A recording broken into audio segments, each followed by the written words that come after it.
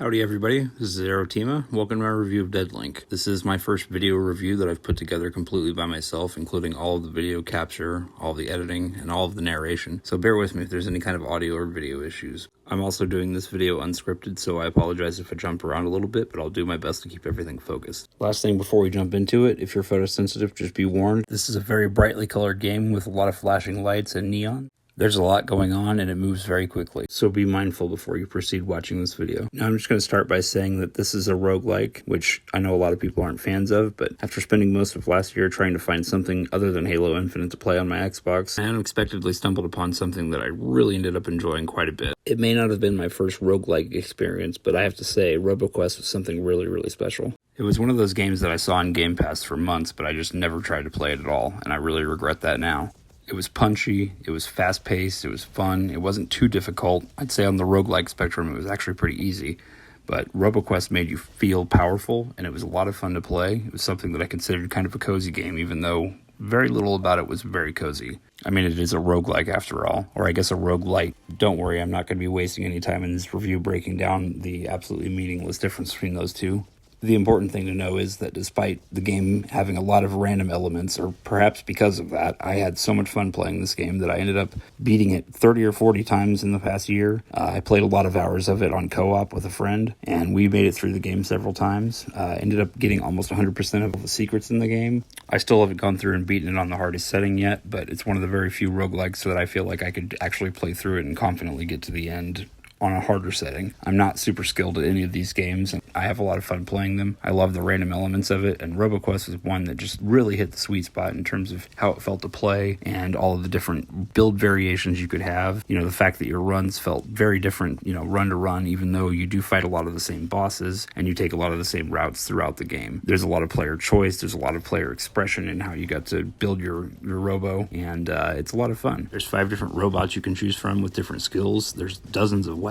Some of the modifications you can do to upgrade your weapon, they call them affixes in RoboQuest. They're just absolutely nuts. You can equip shock damage to your weapon. You can make explosions bigger. You can make it so your weapon fires faster or reloads faster. You can make it so you use more energy, but you cause more damage. Things like that. There's all kinds of variation. It plays a little bit more like a Borderlands roguelike than a Doom roguelike. Apparently, before it launched, it was talked about as some kind of a Doom roguelike, but I mean, who really cares? What does that even mean? I was just glad that I got to play a lot of this game with a lot of time in co-op as well. It was about that point that I realized roguelike first-person shooters are not super common, least of all ones that include co-op online. RoboQuest was a bit of a standout for me, and I would even say that of all of 2024, it was one of my very favorite games that I played for the first time. I put well over 100 hours into this game, probably even over 100 hours in co-op, playing almost, nightly there for a little while, at least a run or two. And once we had gotten everything in the game, we'd seen through it all. A bit disappointing to come to that point because we just really wanted to keep playing. Now that we've done that, the only thing left to do is really beat it on harder settings. After so many hours of RoboQuest, I finally put the game down and I started looking around for another roguelike to play. I was particularly interested in finding another first-person shooter, though there are a few of them. They're not extremely common, or at least they weren't at the time. The one that I kept hearing about over and over and over again and was recommended by several people was Gunfire Reborn. To describe it the best, it's something like RoboQuest, a little bit slower and furrier. There's several different characters and the build variety is pretty high. It is a harder game, I would say, than RoboQuest was, and we haven't finished a run through it yet, but we've had a lot of fun playing it whenever we have. By this point, though, I've become completely addicted to playing roguelike first-person shooters, and I was looking out for anything that I could find to basically fill the hole, and I found a trailer of a game that kind of caught my eye, and that was Deadlink. Check it out.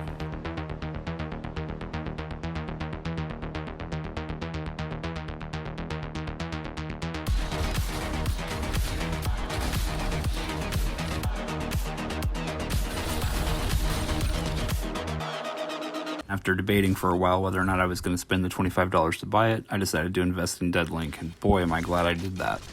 So Deadlink is a little complicated to break down, and I'm going to spend probably way too much time trying to break it down, but let's try to summarize it anyway. You choose between one of 4 combat shells. Each of these has 2 unique skills that are highly specific to that class. They can also carry a primary and a secondary weapon and hold some grenades. Some of the important differences between Deadlink and other games is that your shields, the blue bar on the bottom left of the screen, can only be recharged after you mark enemies, and marking enemies is done by using your skills or your grenades on them.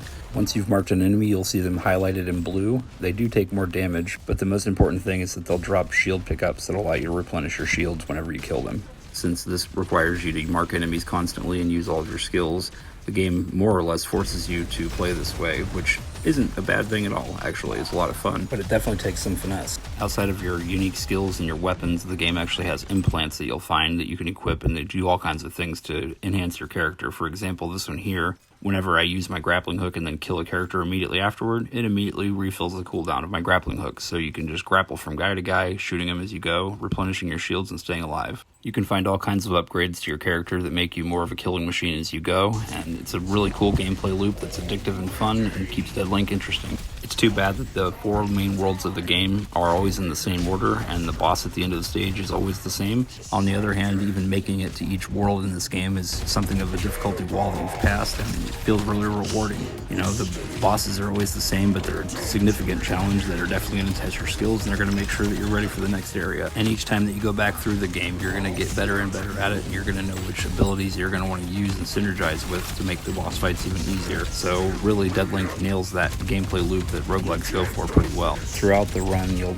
gain credits that allow you to buy things in that current run, but you'll also earn experience points, and you'll find tokens that you can use as currency outside of each run in a shop that basically gives you upgrades for your combat shells. Some of these are just numbers boosts that make your combat shells stronger, and those are always useful, but there are others that affect the abilities that your combat shells have, so they're a bit more unique to each shell. The upgrades are expensive, and you'll definitely die over and over again before you can really get a lot of upgrades and make yourself feel powerful, but by the time you do, you're going to be coming back to some of these bosses and kicking their ass so quickly that the fight is over before you even really knew it began.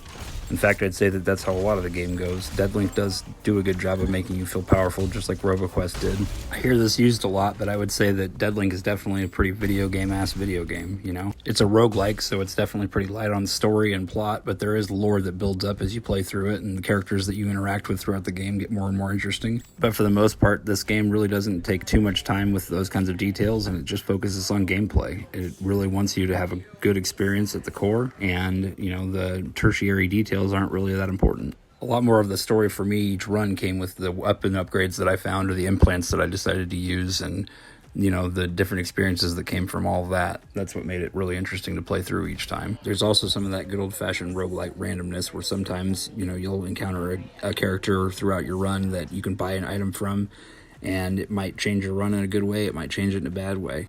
In fact, the guy I'm about to run into is a perfect example of this. You can buy things from this guy using the experience points that you'd normally use outside of the game, or outside of each run, but sometimes he doesn't give you an item, he'll just give you trash. It's all risk-reward at its very finest. Sometimes the item he gives you can be run-making, and sometimes the lack of item he gives you can be run-breaking. There's all kinds of things like this, like another character who will give you rewards or implants for completing a certain number of rooms with a negative debuff applied. This character, Irene, is one of the only ones that will actually just heal you with those negative debuffs without charging you anything. She's a real one. Ultimately, by the time you make it to some of the later stages, your character is going to have so many different implants and weapon upgrades, mods, etc., that you are really capable of kicking some ass, and you can get around the environment quickly. That's a good thing, because the final bosses of the game and the final areas of the game are extremely difficult, and they'll definitely be a test of your ability to do everything efficiently. This boss right here is the boss of the third major area, and it is a bastard. I've struggled against this thing so many times. I've only made it through it a couple times because it gets confusing what to do. The stage becomes completely filled with hazards like the electric floor.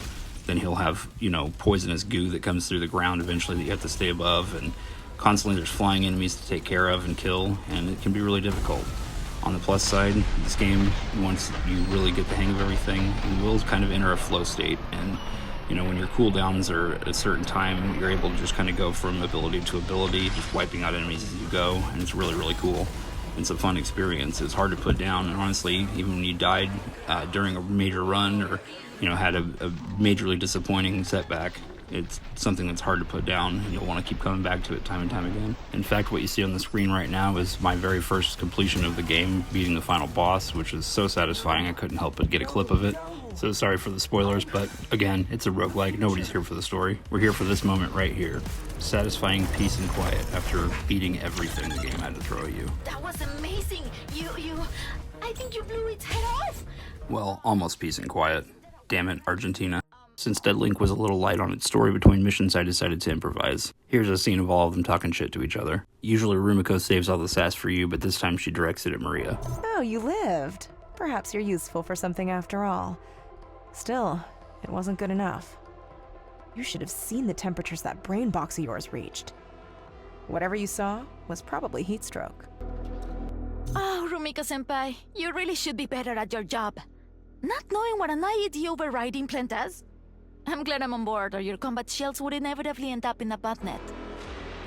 Aren't you a centenarian, Argentia? With your gear, cybersclerosis shouldn't have set in yet. Pull the cotton candy out of your brain and come back down to Earth for a moment. I've seen your algorithms, Rumiko-senpai. They're inefficient.